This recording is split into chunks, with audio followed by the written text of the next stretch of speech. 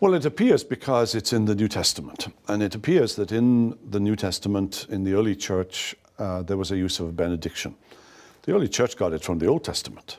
We think of the Aaronic benediction. The Lord bless you and keep you. The Lord make his face to shine upon you and be gracious to you. The Lord lift up his countenance upon you and give you peace. So part of the liturgy of the synagogue, part of the liturgy of the temple included benedictions. Benediction comes at the end of the service. And a benediction is a blessing.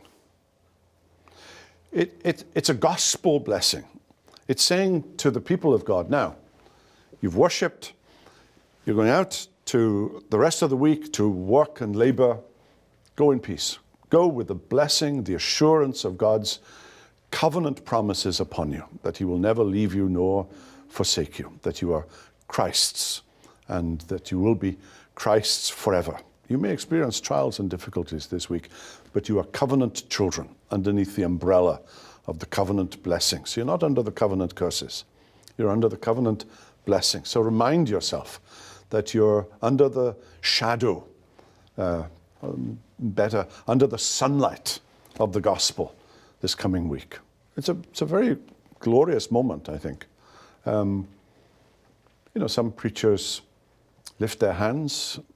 I do, because I think they did in the early church, and so it's a gesture. In Britain, people close their eyes in the benedictions because I think wrongly they understand the benediction as a prayer, as a wish. But the benediction is a declaration. And so a lot of ministers will say, lift up your heads and open your eyes and receive the benediction. Because it's not my benediction, it's God's benediction. I was greatly impressed for a season when a dear friend of mine, Dale Ralph Davis, an Old Testament professor and author of many books on historical books of the Old Testament.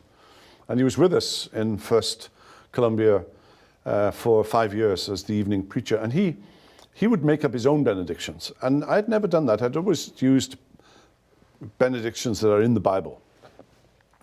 But I've been freed from that following him. And I've come to the point now where I very often will make up my own benediction and use part of the sermon as the benediction, or use a very familiar line or two from a hymn, a good gospel hymn, and turn that into a benediction as a word from God of blessing for the coming week.